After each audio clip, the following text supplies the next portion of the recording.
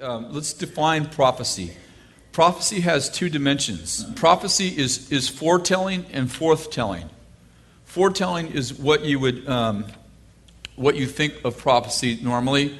Foretelling is just knowing the future.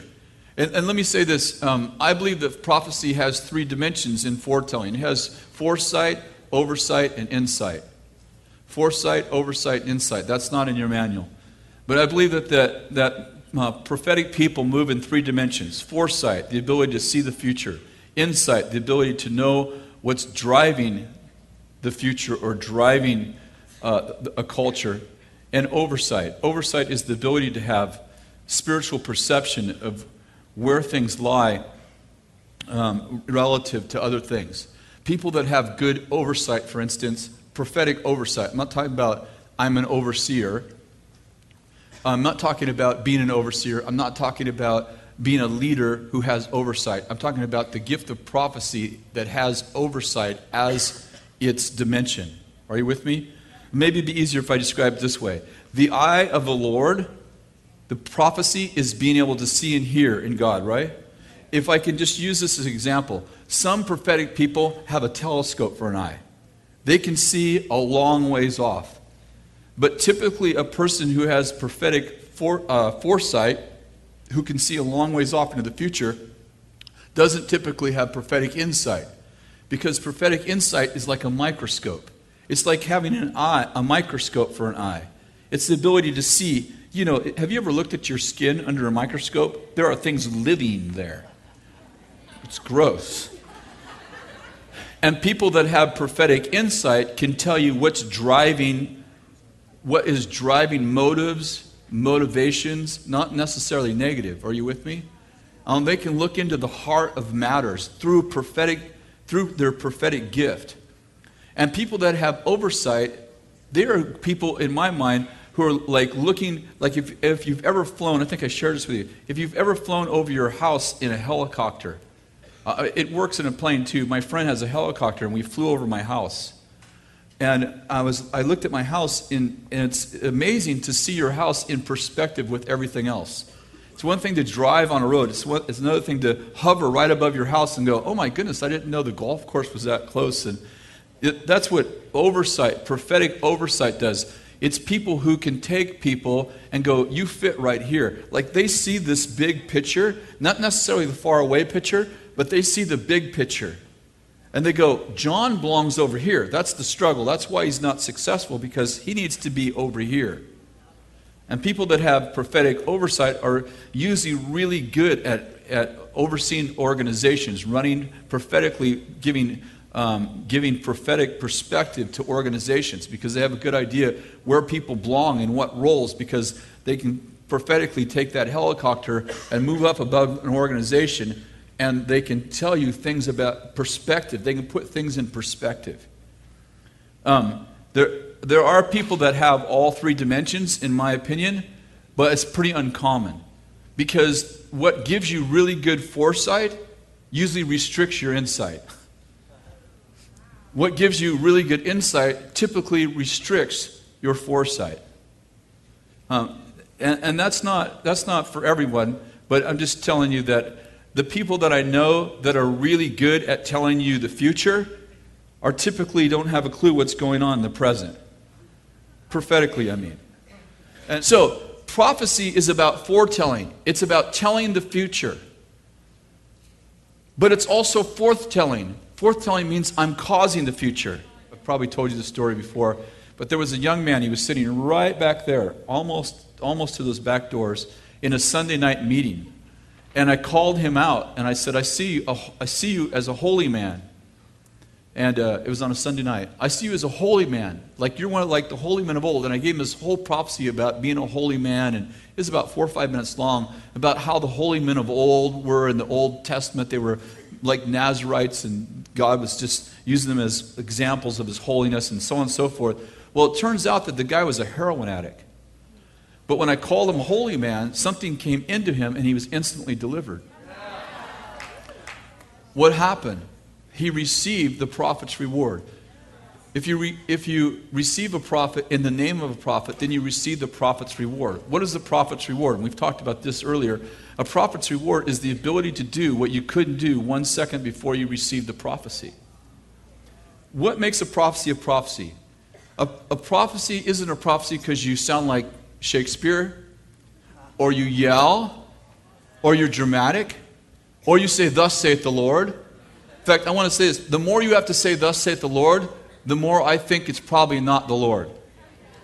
Just like if I had to say to you, "I'm a man. I'm a real man." Probably I'm dealing with some insecurity. If every time you met me I said, "Hi, I'm Kris, I'm great." See, praying in Jesus' name doesn't mean that you add Jesus' name on the end of your prayer. It means that you know that you're in submission to His mission, so you've been commissioned. So when you pray, you're praying as Jesus prayed because you're on His mission. And prophesying, it's fine to say, "Thus saith the Lord." Some of you are raised in that culture where you have to say that. Whatever, doesn't bother me. But what makes a prophecy is this. When you're speaking, let's pretend for a minute that your words are red. Your human words are red. But if it's a prophecy, on the red is blue. And the blue is the ability to make the red happen. The blue is called grace. Grace is not just undeserved favor. Grace is the operational power of God. So what makes a prophecy is that there's blue on the red. You can be sitting with somebody in a conversation and just having a conversation over lunch, and suddenly you sense the Spirit of the Lord is on this conversation. What's happening? You begin to talk to them about what God says. But here's what's really important. You can be giving them great counsel through the gift of counsel. And it's really good. It's all good. But then something happens and it shifts into a prophetic declaration. What shifts? Suddenly, on the red, your words. They're still hearing you. They're still experiencing your personality.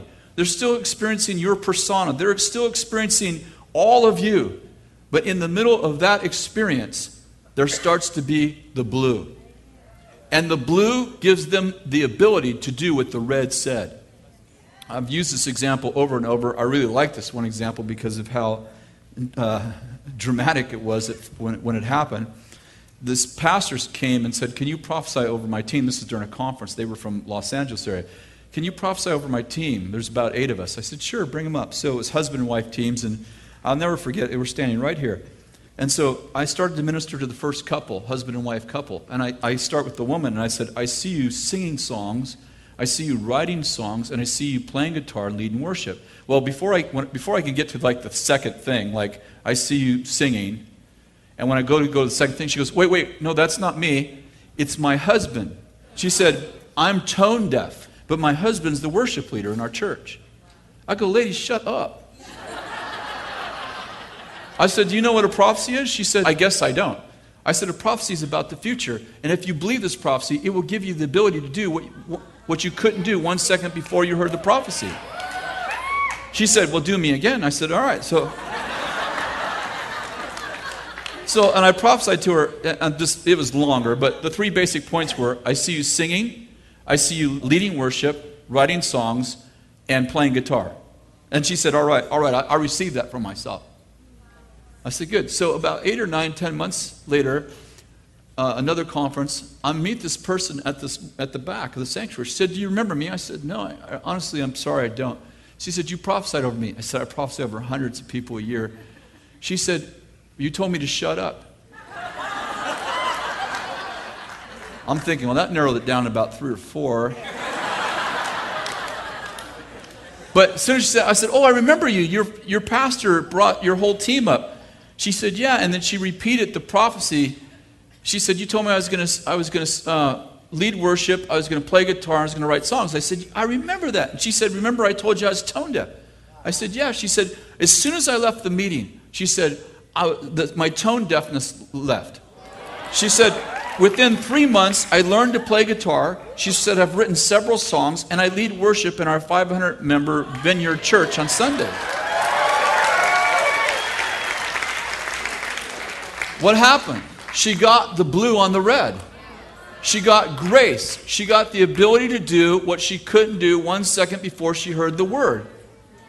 Are you getting this?